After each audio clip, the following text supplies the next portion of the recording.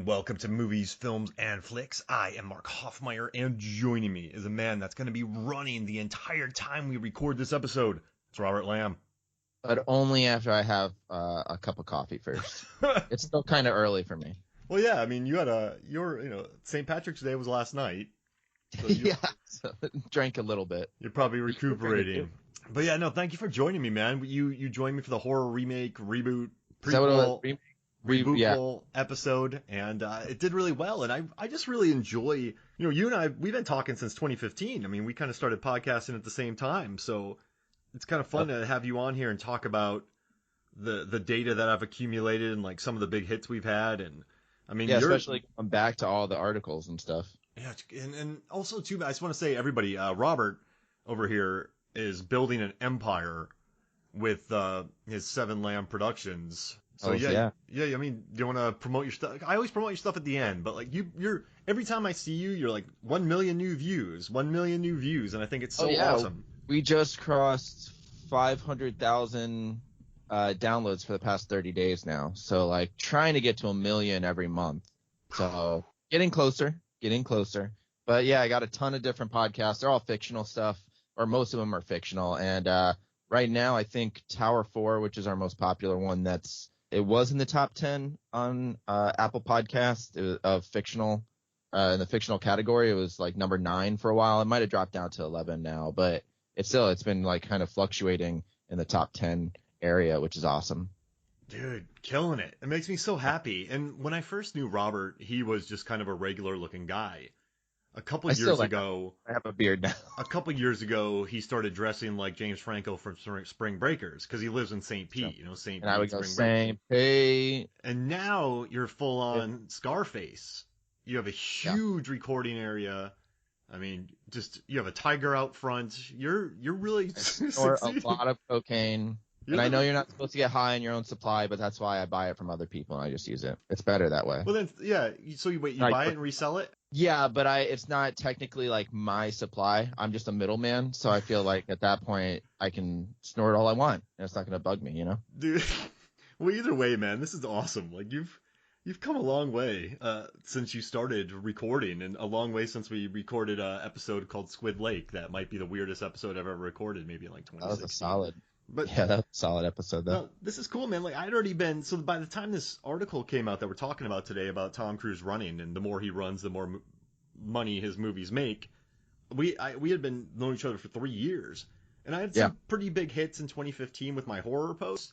But I think I know this is probably the biggest thing I've ever written, I guess, for any website. I think my Adam Sandler jacked up piece was big, but like this article, man, like when I wrote this piece, it came out, I was just expecting it to be pretty good. I wasn't expecting to have it covered by everyone. But then like Vanity Fair, Business Insider, EW, pretty much every single, like Runners Weekly covered it. Nice. Slash Film, Nerdist, Mental Floss, Mashable. What's up? Was this after the last one, the one we recorded prior? This came after the horror remake one? Yeah.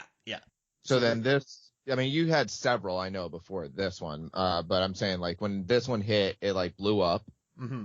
And then even, didn't you, like, Tom Cruise, somebody brought it up to him, right? Yeah, so Eric Davis. That video. He who brought me into Rotten Tomatoes in 2017 was talking to him, and Tom Cruise was like, yeah, it's really cool. And he's like, what people don't see is all my running behind the scenes. Because, he just sprints all day on these movies. And also, too... Like, I think in 2014, he also retweeted my Edge of Tomorrow review. I remember I hadn't had any big hits yet. I was still full-time in the film industry, working comic conventions. I think I did 20 comic conventions that year and was working on sets. And all of a sudden, my phone just starts blowing up. And Tom Cruise retweeted my Edge of Tomorrow review. And so that was probably the first big exposure I ever had. And it was pretty... I mean, I call it the blockbuster of summer, and I meant it. So it's clear why he retweeted it. But also, I was kind of like... They read this first, so I must have my writing must be somewhat legible to... Oh, yeah. Yeah, 100%. To share. And that was just such a cool memory. And when I joined up with RT, this article got thrown around and I tackled it. And I just went and rented every movie I could from the library, pulled from every movie I owned, went on streaming services, pulled every film I could from that, and I just rewatched all those movies again for another assignment. But I pulled all the running moments, and it was a blast. They say like when you like what you do, it doesn't feel like work, and I loved just going through his So, filmography and staring at the screen and recording every running instance.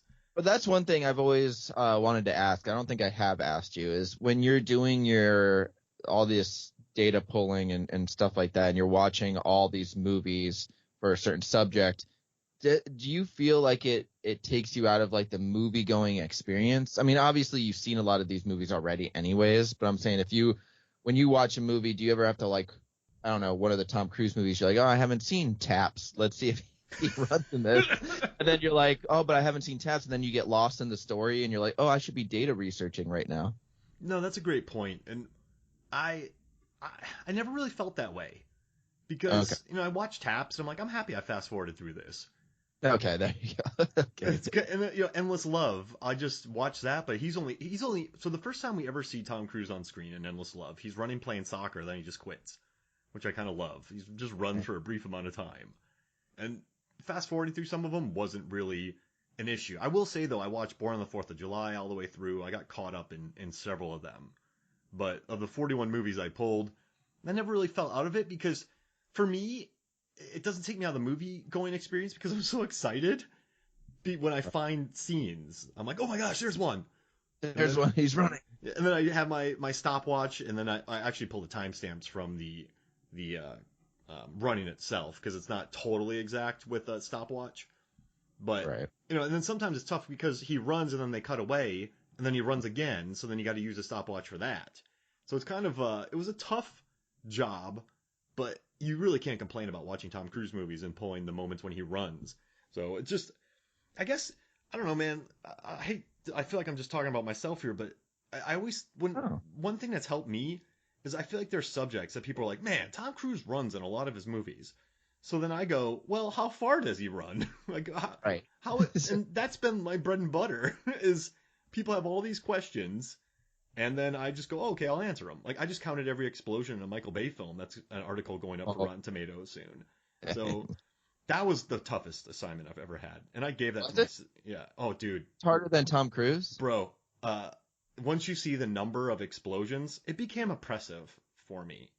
Oh, It. wow. I mean, listen, it wasn't not oppressive. It just became very time consuming.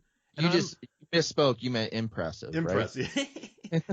and I pulled the timestamps for all of them because Jesus. I don't like the articles that here's a chart with all the running, but there's no proof of it. I know they don't want to give it away, but I'm always skeptical of those posts.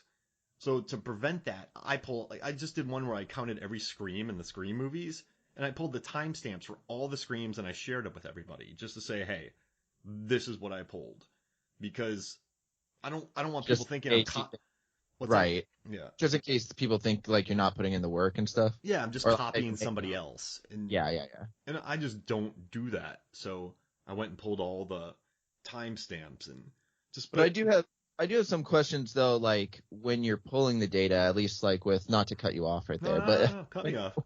doing like say for instance the running. And you say that when a camera shot cuts away or something like that, either to another scene or maybe it just cuts to a different angle. Like obviously that all plays into the fact of you're just monitoring how far he runs on the screen. So when it cuts away to a different shot, how do you know that's not like a different shot of him running in the same area?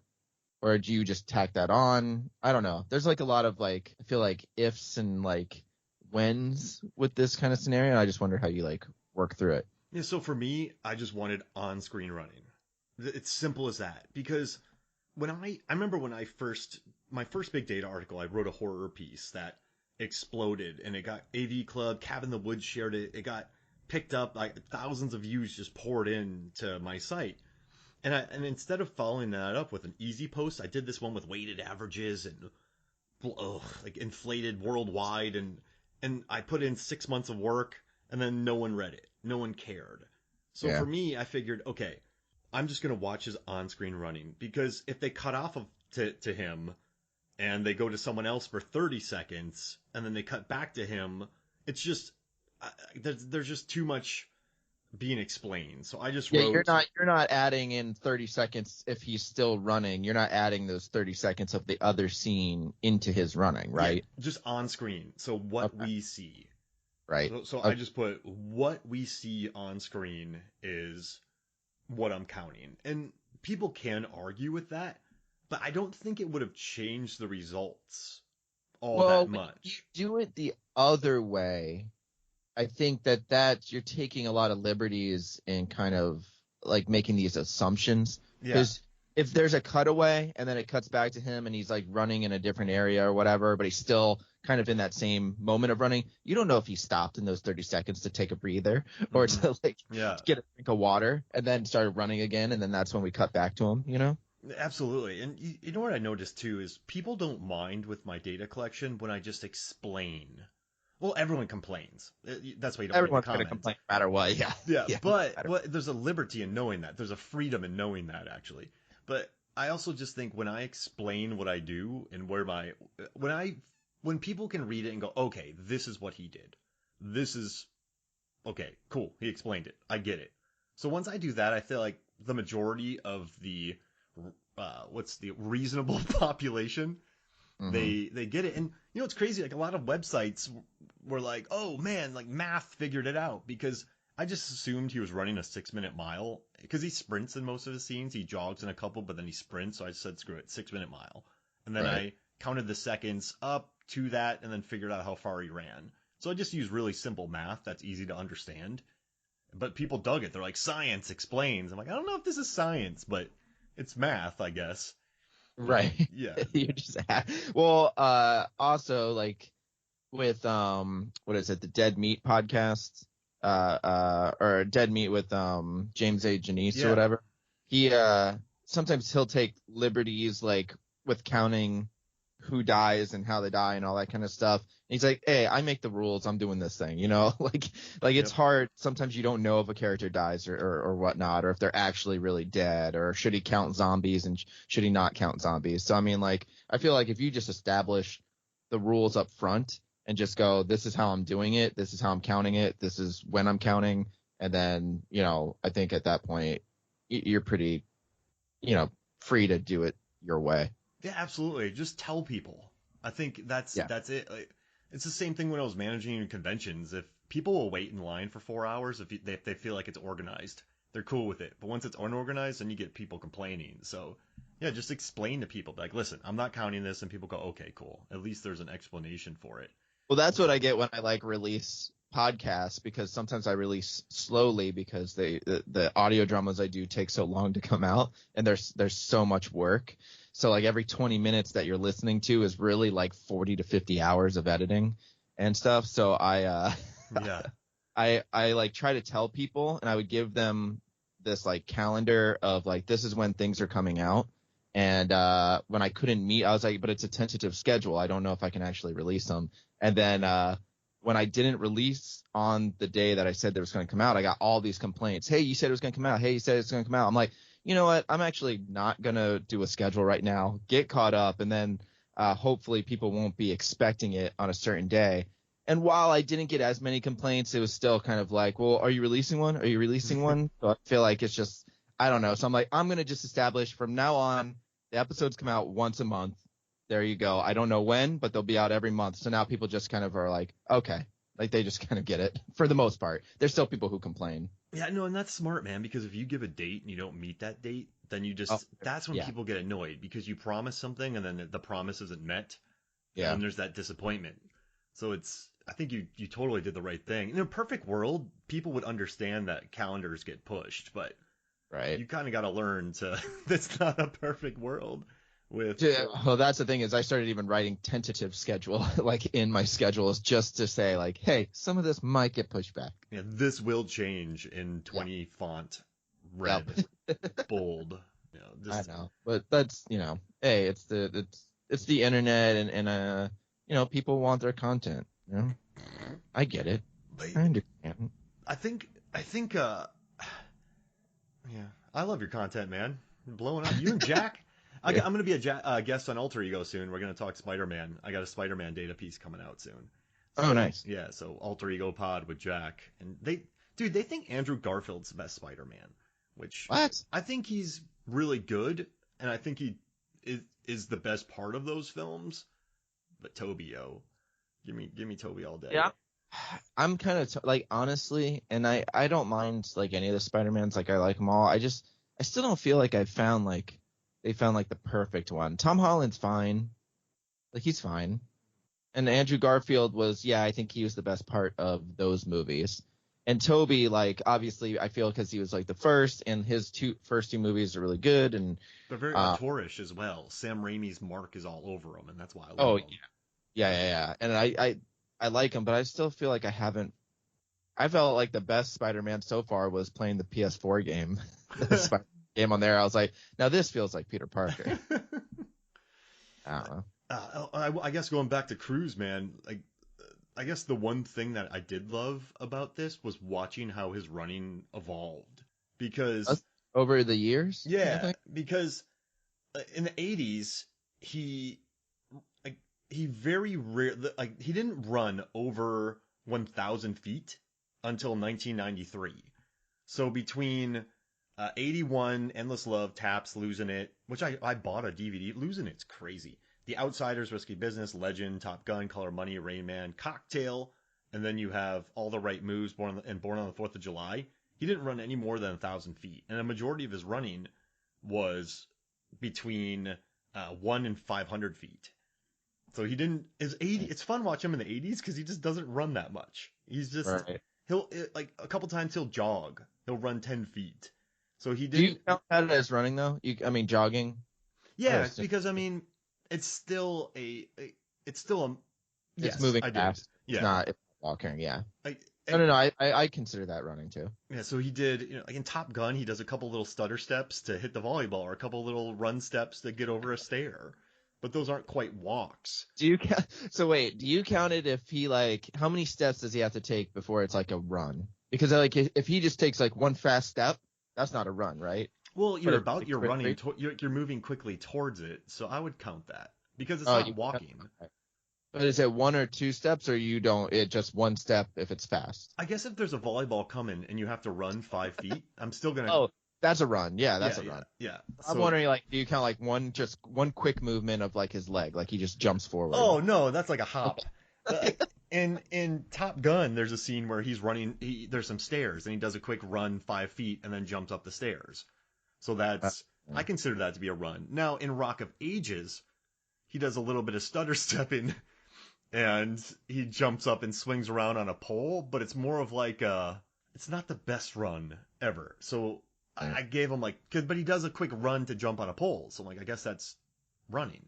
I mean, that's a run to the pole, yeah. I would think so. And I just think that's pretty great. And also too, I think his running started to change. So his first big run was The Firm in '93, where he runs for what feels like 7 minutes at the end. Yeah. It's just one long chase scene. But I think I was watching his movies again, and I came up, and for Rotten Tomatoes I worked on a video where Will Smith versus Tom Cruise, and they both run a lot in their movies. So I did a comparison of their top 5 runs against each other. Mm-hmm. And I think Jerry Maguire is like kind of his best running up until that point, because The Firm he's just running. Like there's not much that he is doing there. But in Jerry Maguire, he's running through an airport while acting, if that makes sense. Okay, yeah. So there's a little bit more to it. Yeah, he's not just running. I'm looking for Jerry Maguire. Okay, so it's in the 1 to 500 feet. Yeah, and so he's just running through the airport, but you can see the anguish look on his face. And then that movie blows up. And then the next movie he does is Vanilla Sky, where he runs between 500 and 1,000 feet, but they close down Times Square for him to run through it. Oh, wow. So his evolution, and then in 2001, he had Vanilla Sky, and then that got big. But then that's when his run really picks up. So then you get Minority Report in 2002. So after Vanilla Sky, the floodgates opened up with Minority Report, War of the Worlds, Mission Impossible 3, Ghost Protocol, Edge of Tomorrow, Rogue Nation, Jack Reacher, Never Go Back, and The Mummy, and Fallout. So I think once he closed down Times Square to run through it, he just never looked back. It was it was all uphill from there. Bro, he's been running so much, and he ran in Collateral, Night and Day, and Oblivion, but that's not that was those are 04, 10, and 13, but that's still not that much. So yeah, it's I think that Well, opened up the floodgates. I'm looking at I always remember the Mummy, like even in the trailer, Oh he would yeah. run constantly in the trailer. I mean, even his Twitter account says running in movies since 1981. Oh, really? Yeah, it makes me laugh. And so Did he change that because of your article, or? that's a great question. I never checked. I never looked for that. But So I wonder if he saw it because he knows about it now. I wonder if they like did that because of the article. oh, that'd be yeah, I If never they even did, looked. royalties. Dude, that was cool though. When I saw that, I was like, hey, that's neat. But also his Oscar-nominated movies. So Magnolia, he doesn't run. He sort of saunters around the stage. And then Jerry Maguire, he was nominated, and he does a tiny bit of running. So, but that makes sense though, because many people in action movies don't really get nominated for. And Born on the Right. 4th of July, like he doesn't. Yeah, there's not much running in them. So his best performances, I think, are in non-run Non-running. heavy movies. Yeah, but well, I don't know if I consider him. Like, do you consider Tom Cruise overall as an action star? I guess. That's a great question, man. I think he's I think he's transitioned into one. But Yeah, but like, that's a I great still- question because Stallone was an action star.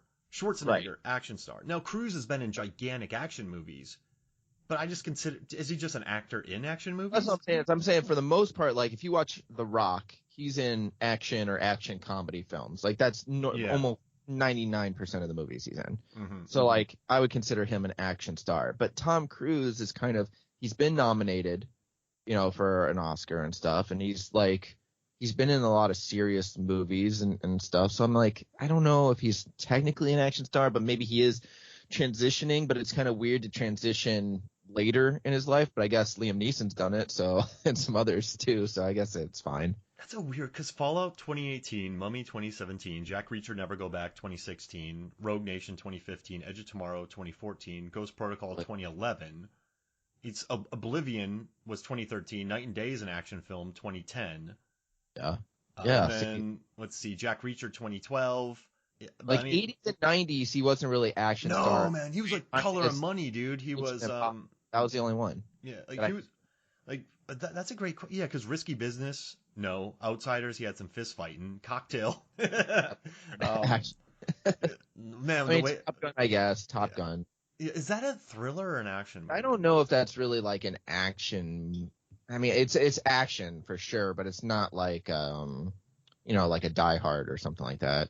Like he did Days of Thunder 90, but that's driving. I think he moved into action star in 96 with Mission Impossible.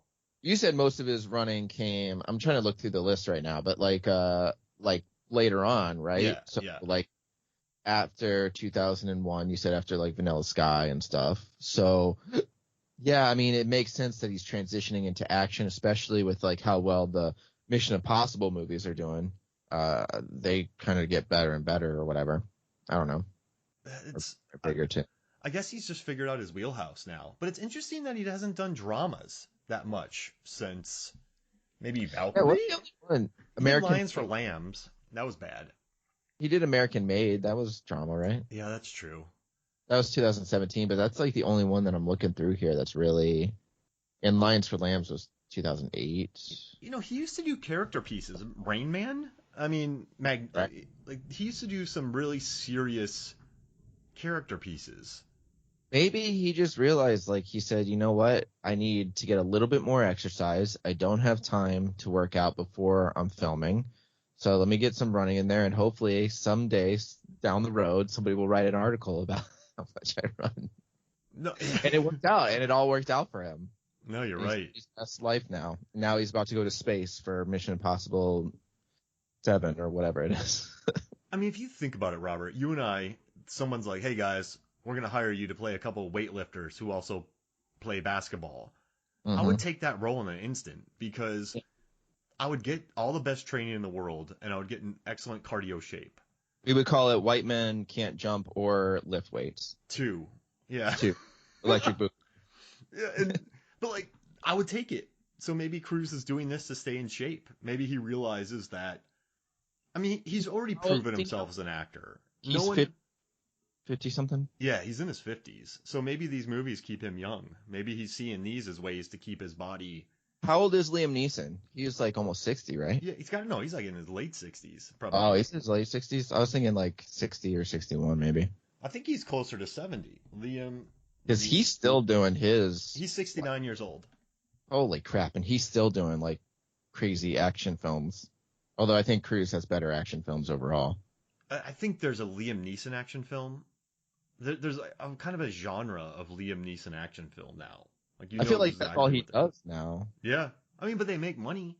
People love watching them. I guess, but I missed the old Liam Neeson also. You know what I mean? Like, I just do some more dramatic roles. Bring that. It's Oscar Schindler, man. He did one with his son that was pretty good in 2020. He and his son repaired an old Italian villa. Oh. I'm pretty sure it was just an excuse for him to hang out with his son in Italy. What was that movie that Michael Douglas, Kirk Douglas, and the other Douglas all did a movie? What's that called? It was like the three of them, three generations. Three Douglases? The three Douglases. In Italy?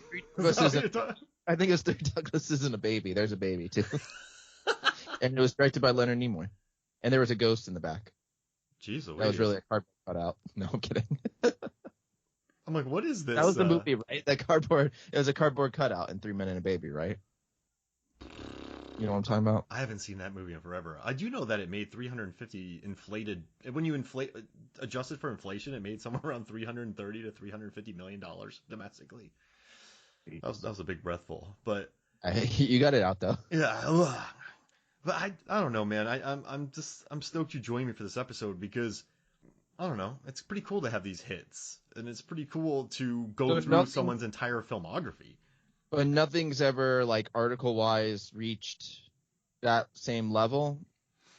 Burger Fiction did a video where they showed all of his running on YouTube, and it got millions of views, but there was no... And, you know, I don't want to hate on it, but a couple instances were missing. So, I'm not going to... They're excellent at what they do, but that's why I wouldn't use that as a source. But that had millions of views, and then there are other ones like 10 Tom Cruise's best running scenes or 10. Well, I meant more of like your articles and stuff. Like after this one, did it drive a lot of traffic to your other articles post Tom Cruise running? Well, this went on Rotten Tomatoes, so I think it kept them happy with me because I'm still there in 2022, or freelancing with them in 2022. Yeah. But yeah, I mean, it was just from Rotten Tomatoes. So this was more of a Rotten Tomatoes jam, which I'm totally fine with because even if I posted this on my own, it never would have gotten the views that this got. That makes sense, yeah. Yeah, but I mean, as far as blowing up my cred as a writer, not really. But yeah, I was so busy in Twitter. Like, we're busy, man. It's kind of hard. Maybe we should capitalize more on things and be on social media more, but I've been trying to be better at that lately, but it's hard, dude. Yeah. It's hard to keep up with all that stuff. Like I just now it's getting to the point where like I used to like reply to people's like fan mail or like when they would email us or message us on Instagram or Facebook or anything. I would try to like reply like really fast. Now it's like there's just so much of it. Not to be like braggy or anything. I'm like I'll get to this later. Like I got to work on some other stuff. I can't just sit here and answer emails all day and stuff. So it's like, I get it. And then also just to make posts all the time to promote your stuff. It's like, it takes longer than you think. I mean, it's necessary and I'm trying to get better at it. And I think there are people out there who are amazing at it, but yeah. But then I'm thinking about spending time on Instagram and I'm like, well, I probably could be working on this article or I probably could be doing something else. So It's just tough, but I guess it's a great problem to have. Whether to do the work or to spend the time on social, but for me, I don't know. I love this.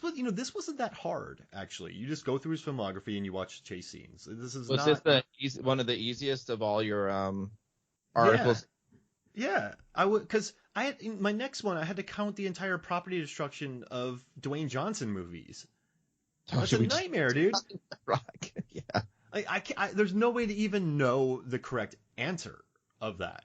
But I tried, and it was just you just okay. The entire Western Seaboard gets destroyed in San Andreas. Yeah, and so I looked up power grids and how much they cost, because entire power grids went down and they cost billions of dollars. And then there's all the homes, insurance, cars, skyscrapers. I looked up the price of skyscrapers. It was oppressive, but it was awesome, right? I enjoyed every second of it. But to fast forward through these movies, you don't miss anything. And also too, I gotta say, maybe I'm giving away too many. I don't want to give away too many tools of the trade here, but DVDs or Blu-rays are the best way to research, because with Vudu or with Amazon or Hulu, sometimes it skips too fast. You don't get frame for frame. Yeah. Amazon is pretty good because you can go ahead 10 seconds at a time. But with DVDs, when you hit fast forward, you see every frame still. And then you can Right. pause it. You can freeze frame it. It's so much more user friendly, and the time codes are so much easier to pull that I still use practical media for that, because I think it's the best. Hey, I still like hard copies of my movies and stuff because sometimes I just can't find what I want to watch on any site unless I want to pay for it on Amazon, Mm-hmm. So I like still buying actual hard copies. Truth. And when power goes down, you're sitting there watching a sweet Criterion Collection movie while other people are going, I can't do it. Yeah, if your internet goes out, you're screwed, but not me, buddy. Hey, I get to still watch those CC films. You're watching The Great Escape on Criterion. Yeah, CC. I do want to say, so on the list it says Magnolia, Lions for Lambs, Tropic Thunder, and Valkyrie were all movies where he didn't run, right? Or it was under 500 feet. No, 0 feet. Like, he doesn't run in those movies. Yeah. But then on the ones where he does run the most, 1,001 plus feet, you have a list of several movies. Do you know which one?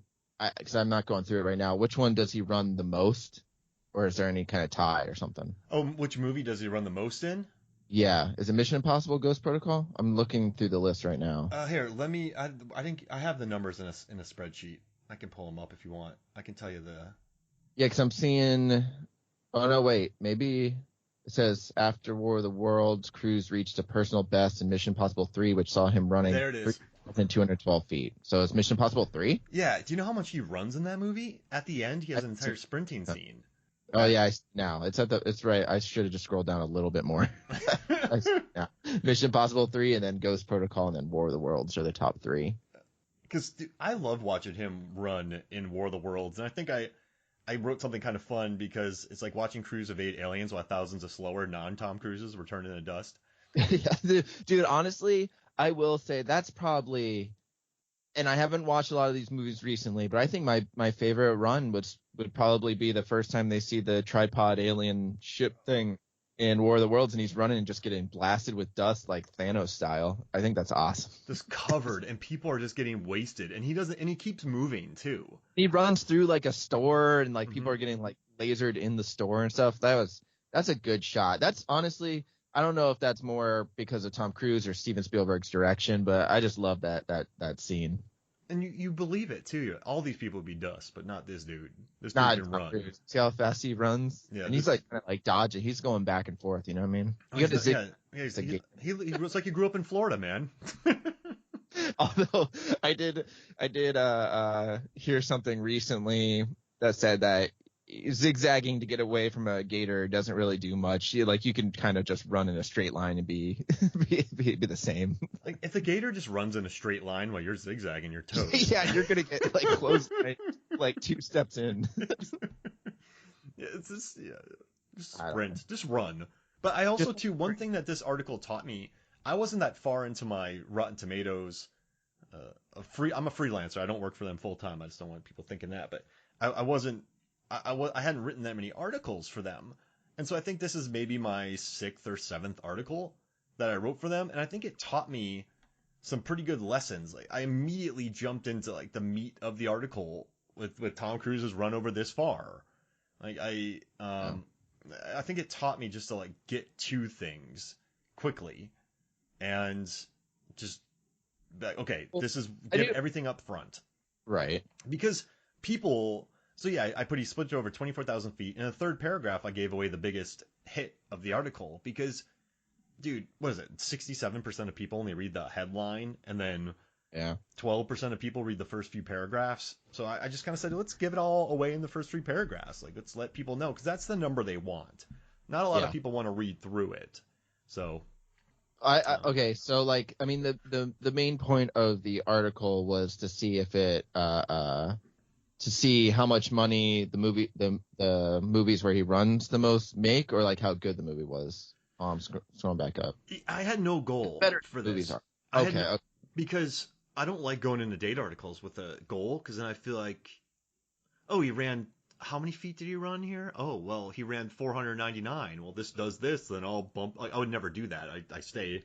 Well, the reason why I'm asking is because like it seems like obviously his action movies are the ones where he's running the most, which for the most part, I mean, I know the Mission Impossible movies, besides maybe three, like have or no, is it two?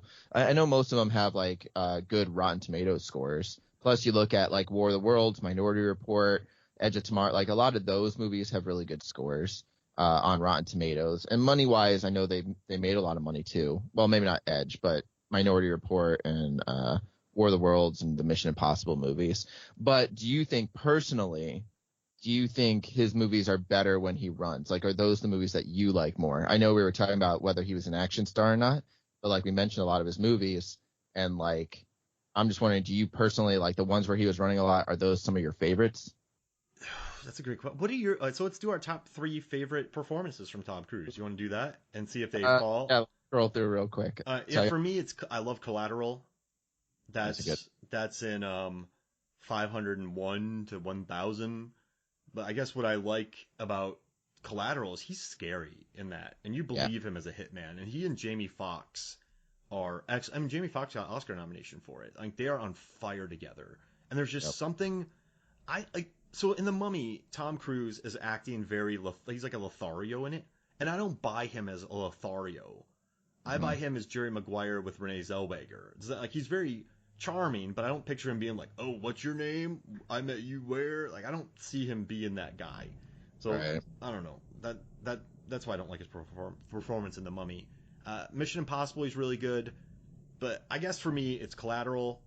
I mean, Born on the Fourth of July. I mean, he got nominated for an Oscar for that. He's Right. excellent in that movie. But we're just saying our favorites. Yeah, just our personal favorites because he is in some really good movies. So I'm gonna say Collateral, Edge of Tomorrow, because in the beginning of Edge of Tomorrow, he is such a weasel. He is Yeah. such a little brat, and then Brendan Gleeson puts him in his place, and then the evolution of his character with Emily Blunt, I Mm-hmm. think, is excellent. Him, Cruise in the beginning of Edge of Tomorrow is so good. That's when he's at his best. And Yeah. then I will say Jerry Maguire, because I had to recently watch it again, and that's like everything you like in Tom Cruise packed into one. His freak out scene. He's nervous. He's selfish. He's nice. He's cocky. I think it takes everything that's great about him as an actor and puts it into one package. So I'll say Jerry Right. Maguire. I'll say Collateral. Hey, I'm doing 90s, 2000s, and That's then up. Yeah. 2010s. So wait, Jerry Maguire, Collateral. I'm trying to find where they fall into the list because Jerry Maguire's got to be Oh, what? that's 1 to 500. Collateral's 500 to 1,000. And then what was it? And then Edge of Tomorrow 1,000 is. plus. So you got one in each category then. Yeah. And All right, that's not bad. like, I like him in Tropic Thunder, but it's just caricature. I like him in Magnolia, but Yeah. I mean but that's more of an ensemble cast that like I like everybody in Magnolia, and it's kind of like a bigger film and encompasses a lot of characters. But exactly. I think like for me, like I mean I also love Edge of Tomorrow, but I'm looking at through his top 10 movies, and most of them like I do enjoy, like the ones where he runs a lot. Like I loved Edge of Tomorrow, which now is called what? Live Die Repeat or something. Yeah, they They retconned changed the it. name. Yeah. I don't know. It was I like that. I mean, top 3 would probably be like that one. I really do love Minority Report. And then I actually do like War of the Worlds. I don't like the ending. It's kind of weird how it ended, but it is kind of similar to the book. So once I read the book and then watched the movie again, I was like, this is a pretty good remake, I thought, overall. And I love the action set pieces and all that kind of stuff. But It's mean, man. I liked so many people die. It looks great. There's some really, most importantly, I think there's some memorable visuals in it that yeah, like when will the highway last. explodes behind them and like Dakota Fanning is like watching, Yes. like I thought that was such an awesome shot. And Like it's she's just so like all good the in that quick movie. camera movement, like following them as everything is destroyed behind them or whatever. I thought that was awesome. She is so good in that movie, Dakota Hmm. Fanning. Yeah, Yeah. Dakota Fanning. I was gonna say Dakota Johnson. She's really good too. But Yeah, Dakota, but more in 50 Shades of yeah, Grey. yeah, exactly.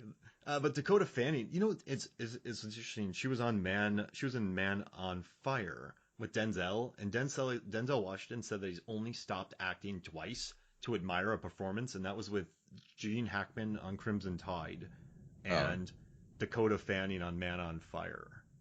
dang. But you thought when her screams in War of the Worlds, dude, jeez Louise. Mhm. Oh man. Yeah, no, I thought that was a pretty decent remake. And the only other thing I want to say about one of his movies, this is just more of a critique, but I actually enjoyed Oblivion for the first half of the movie. Like I Yeah.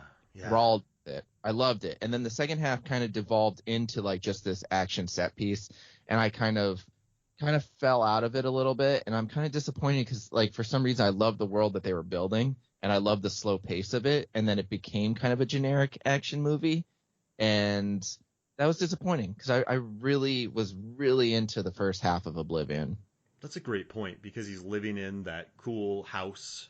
And it was kind of eerie and Yeah. suspense. And it was kind of like, what's going on? But then once you kind of find out, and then it becomes like an action movie, and they have to destroy this thing. I was just like, I don't know. I wish they went a little bit more like Blade Runner with it, rather than just like starting kind of Blade Runner ish, and then ending kind of, I don't know, like I Am Legend or something. I don't know. The one thing I do like about Cruise, like they went to Iceland to shoot that.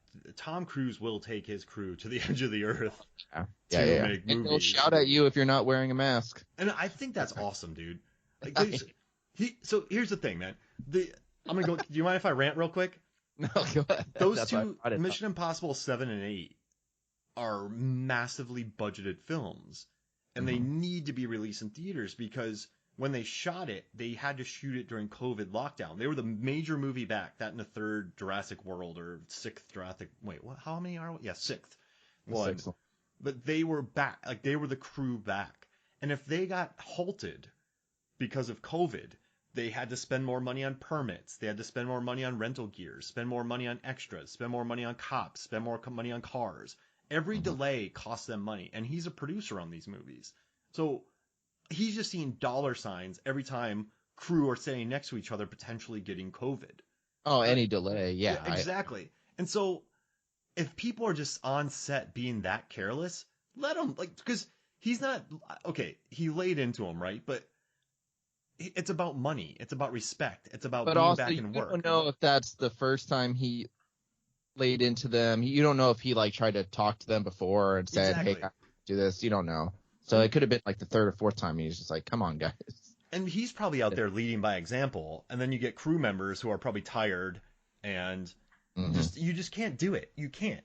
And I've heard about working with him. You got to be ready to be very flexible. You got to move on the fly. That's why he Hmm. works with Macquarie a lot. He's worked with Doug Liman, three American Made, Edge of Tomorrow. He works with him. He likes Yeah. to work with the same directors because the guy who directed Top Gun directed Oblivion, the new Top Gun. So Oh yeah. he likes to be with people he's worked with before. Spielberg, because I don't know, he finds a kindred spirit with them and how they move. But he has a very particular way he likes to move, and a lot of people don't. Um, Do you think he gets like when he like works with like Spielberg? Who do you think is like more in charge though? well, Spielberg at that time, right? I mean, I would so yeah. like when he worked with Stanley Kubrick, it was all Stanley Kubrick. He was at Stanley Kubrick's service. When he was working with Spielberg, I'm sure Spielberg appreciated the amount of money he brought to the franchise, but Oh yeah. also you're on a Spielberg movie. You just need to, Do it his way. yeah, exactly. And I feel like there are probably directors he goes on there and he's kind of like the head honcho and stuff because it's Tom Cruise. But I feel with Spielberg it's probably you got this, Steven. yeah, lately, I think he's needed collaborators, not a director. Does that make sense? Yeah, I mean that makes But yeah, Spielberg. When Spielberg gives you a note, you're not going nah.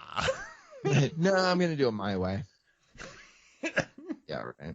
But Yeah, I mean, overall, I like, I guess like because of the movies you named and then like some of the movies I named, like it's kind of like in different categories. So I don't think it's like one specific, you know, action movie or drama that he's done. Like obviously he's still versatile, even if it's, he's sticking with the action movies mostly nowadays. I mean, they make money. I think he enjoys. I think he's just doing it to stay in shape. I think you had a great point Yeah. on that. Yeah, that seems accurate. The Hey, one but thing, that not to derail this, but that one Michael Douglas movie it runs in the family. It's three generations of Douglas. I just I, had to bring it up. I like Three Douglases and a Baby better. Better. Yeah, it sounds better. The one thing I wish I didn't do for this is I did the inflated international box office average, so which means you have to go to each country and look up the inflation for each country and how much they made, Yeah. which was a nightmare. Yeah, I imagine. You didn't want to just stick with domestic? Well, I just think he's such a worldwide box office star I mean, he is, yeah. that I wanted to stick with worldwide box office. I remember Domestic would have been renting. so much easier. Well, I remember renting Vanilla Sky after it came out and like getting it from Blockbuster and like watching it and then going through the extras because I loved like the DVD extras because it was like, DVDs were pretty new at that point still. And I remember like he was huge in like Japan when that movie came out. Like people in Yes. Japan were like big on Vanilla Sky. I don't remember why. I just remember it was like a big thing there. You got mobbed. Yeah. And Yeah. That was crazy. so I figured with that backdrop and him being an international star, and if you look at how much money the Mission Impossible movies make overseas, Yeah. I just thought it would be a little bit of a disservice to do that. And also, I kind of want to do inflation as well because if you think about The Firm, if you think about A Few Good Men, Jerry Maguire, those movies did action movie numbers. But Right. if I just did domestic, they wouldn't nearly match That's true. the worldwide tally of that. So I figured this was the best way to do it, but it was a nightmare. It created a wild amount of work for me, and I won't do that again. I'll just do domestic inflated because the numbers and Box Office Mojo, they have all that. So it's a lot easier for me to do. I'll find it all, yeah. Oh man, I just wanted to barf. But I mean, at the end of the day, dude, I did the work and it did well. So I Yeah. think it was worth the. Is it one of your favorites that you've done, like of all the data collecting? Or Nah, it's not in your top 5? no. Okay. I adore it, but it's just counting. It's pausing frame. I like I love my It Follows one where I mapped everything in It Follows and figured it out. And the producers, they don't want me to they said not to name their names, but they emailed me and messaged me and said this was spot on how far the It Follows creature travels. I loved my Adam Sandler data. I love my jet ski data. So I think those are my favorite because they're just the weirdest. I mean, this is the most kind of corporate and It's big. straightforward. Yeah, straight. But yeah, I didn't find any creativity to it. That makes sense. But I mean, as far as views go, I love it. But it's not the one that had me the most excited. Right. So, yeah. But dude, thanks for joining. Anything else you want to cover on this? This was cool. Yeah, I think we got it. I mean, we went all over the place with Tom Cruise. I mean, we covered a lot of stuff. Yeah, this was good. I'm really happy you joined me. Thank you. Yeah, I appreciate you having me on. Promote your stuff one more time, and also Squid Lake. Oh, Squid Lake. I just want to say, I don't know if anybody can ever find that episode ever again, but I do love that we said that people were just standing and clapping the entire time. They just so I came up with a fake movie called Squid Lake that only played once in a theater and it caused a riot. Mm-hmm. But I do love that people just started standing and clapping. Are your older episodes still up? Like yeah, I have all of them. Yeah, all the way from episode 1. Yeah, because we got that good deal. So yeah, I know. I love that deal. Yeah. It's perfect. Yeah, we love Spreaker and iHeartRadio. Yeah. I hope that deal never goes away. But yeah, what was I gonna say? Oh, but Seven Lamb Productions, that's my company, and if you look up Seven Lamb, anywhere you listen to podcasts, all of the podcasts that we produce are going to show up, most of which are audio dramas. Some of the most popular ones are Paralyzed, which is horror, End of All Hope, which is sci-fi apocalyptic, Tower 4, which is a mystery thriller, Story, which is a drama. Well, it's a drama for the first season, and the next season is a thriller because every season is a different story. And then Atlas Avenue Beat, which is a film noir spoof. I might be forgetting one. Oh, Crystal Blue is our new sci-fi series, like just straight sci-fi. All of those are in the top 250 on Apple Podcasts, so they're all doing really well. And actually, I think 5 of them are actually in the top 100 right now. So that's awesome, and hopefully going to keep pushing out new episodes, but they just take a long time. You're crushing it. Makes me happy. Yeah, man, I'm excited. I want to keep it going. Also, I want to say hi to everybody in Spain right now. And let's see, where else? Turkey, Israel, Taiwan, Peru, and the Dominican Republic, because currently we're doing really well in those countries. So if you're listening from that country, thank you so much for tuning in and getting me on the charts for that. Do you think it's English listeners? Yeah, it's gotta speakers? be. It's gotta be. Because they don't convert it, right? No. You'd have to convert it yourself. But on the charts, I'm right there with all the other podcasts from the countries themselves. So I guess it must be the. But I think I'm the Paul W.S. Anderson of podcasts, which I love him, but his movies make bank overseas. But then he does decent in the States. Like the show does well here. We chart, we do fine. I think the highest I've been 22 on the film review charts on Apple Podcasts. Like that's good. Yeah. But I keep popping up at number 1 in like Africa, South America. I have a good world. I was number 3 in Taiwan recently. Number 3 in Israel. So no, I was number 3 in New Zealand, Australia. So I feel like I have a good international audience, and I really. So you're the Paul W.S. Anderson, but you want to be the Paul Thomas Anderson? No way, man! I'm Paul W.S. all day. Let me tell you something. That's the only time. I think that's the only time somebody's excited about being compared to Paul W.S. Anderson. Let me tell you something real quick. Oh, don't! You're gonna stick up for him. He's okay. Okay, just hear me out. Just hear me out. Go ahead. Okay. But I want to rebuttal after this. This guy. So I just think he is a wildly unpretentious director who cares about his fans, includes commentary tracks on every single Blu-ray.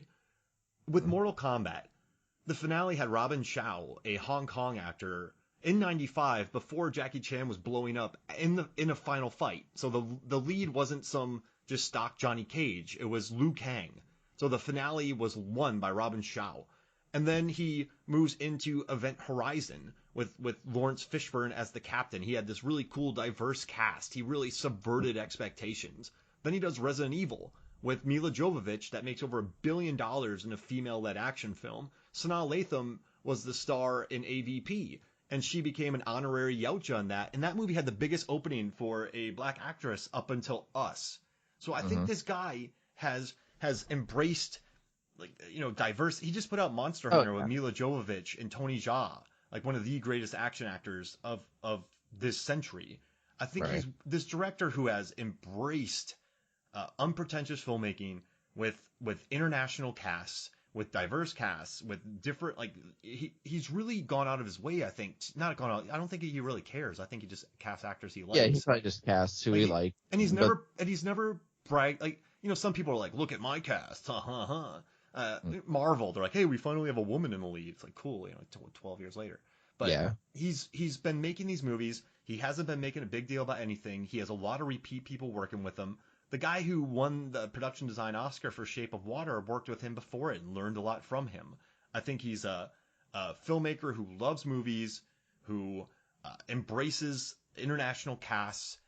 He understands foreign markets. And I really think people don't give him the props he deserves, because I think the narrative is against him. But all these people are complaining. He's been doing what people want, like talk about including in film since '95. But then somehow they're like, he's a vulgar auteur. Like James Cameron loves Resident Evil. Quentin Tarantino put Three Musketeers in his top 10. Like directors like him and actors like him. So I just have a hard time with all the hate on him. This is all I'm going to say. I understand all that. I just wish it wasn't like all kind of like spectacle action and a little bit, just a little bit more character moments and a little bit more like I think the first Resident Evil to me is like it's watchable. I thought it was okay. As a Resident Evil film, I don't like it because I'm a huge Resident Evil fan of the video games and it's nothing like the video games. Have you watched But Raccoon City, the latest one? oh god, that one sucked. Oh, Yeah, did you watch it? well, I kind of liked it because, listen, there's I nothing thrilling about it. There's nothing exciting about it. There's no surprises in it. But I watched it on an airplane and I was totally happy. Oh well, yeah. I mean, again, like it was watchable. It was, and I liked it that it tried to do more with the Resident Evil lore and actually keeping it more centered on the story of the video games, which I thought was good, and I enjoyed that.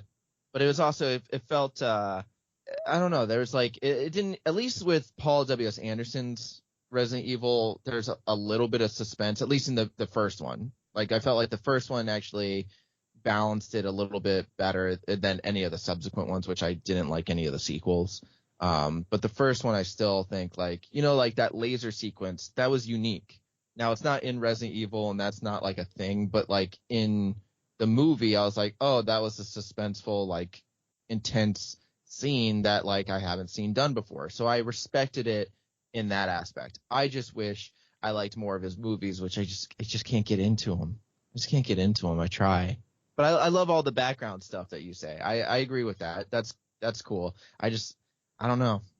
Like I don't even want to see Monster Hunter because I just feel like it's just Oh, you'll hate it.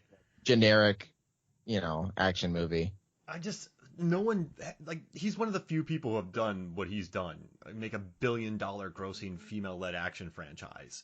He's No, just done, yeah. like, I don't know. It's kind of annoying that people hate on him, but they don't really realize how, like, I Well, don't need I, to talk I about it don't more. think, well, It's just, I don't know if it's necessarily like. Do you think it's like for me? It's like I don't hate on him as much as I don't like the movies he's putting out. Like I'm not saying as like a person or like as a director. I do think he has some decent shots in his films, and I respect some of the aspects, like certain aspects of the films, like even AVP and stuff. But I just felt like none of them have ever like done anything for me. Where I was talking to like somebody, not to keep this going, but one of the guys I'm working with, he's like this producer of another production company for podcasts. He listened to Tower 4, which is a story we put out, and the first episode is really slow moving because I like writing just slow character driven stuff, even though it's a mystery thriller. But the real mystery doesn't really happen until the end of the episode. And I remember this executive producer was like, "Wow, like I found it odd, like you didn't have a lot of like." A lot of stuff happening. It was just more of, him going through his daily routine and then nothing really happens until the end. And I was like, yeah, because a lot of times you just need an intriguing story. You don't have to fill it with explosions and stuff all the time. Now, some movies, obviously, John Wick and stuff is full action and it works. But I'm just saying, like, some of the best action movies don't have a ton of action. I mean, I think Casino Royale is one of the best action movies, and I think Dark Knight is a great action comic book movie, and both of those probably have like a combined 15 minutes of action. You know what I mean? Like, I don't know, but that's just me. I don't think he's trying to be the greatest action director ever made. No, I think he has his brand, and it's I mean, he bonkers. definitely has his style for sure. I just don't. People call him a trash auteur and a hack. It's like you don't exist in Hollywood since No, I think he 1995. loves. No, I think he loves films too. Like, I think he loves movies. To me, it's kind of like this might come out wrong, but it's kind of like somebody who's like, a high schooler slash college kid who just loves movies and then finally gets the chance to make one, and he just wants to make it so cool. And I think that's what he's kind of doing, is he just wants to make a cool movie to watch, which I respect. Like, that's his style and everything like that. I wish there was just a little more story to them. Like, no, in no way is he like a Yui Bowl or however you pronounce that, or any of like the Yeah, other kind of more hackish directors. I don't know. he didn't use tax loopholes to make his movies. There you go. And he didn't fight one of his critics Oh in a gosh. boxing ring. Hey, this is a fun bonus episode. Yeah, like, I like how we just tack this on to the end. All right, man. Well, hey, thank you so much for joining me, Robert. Yeah, no, it was a fun time, and hope we'll do another one soon. Oh, absolutely. So for me, Mark Hoffmeyer, for Robert Lamb, this is Movie Shows and Flicks. We'll see you next week.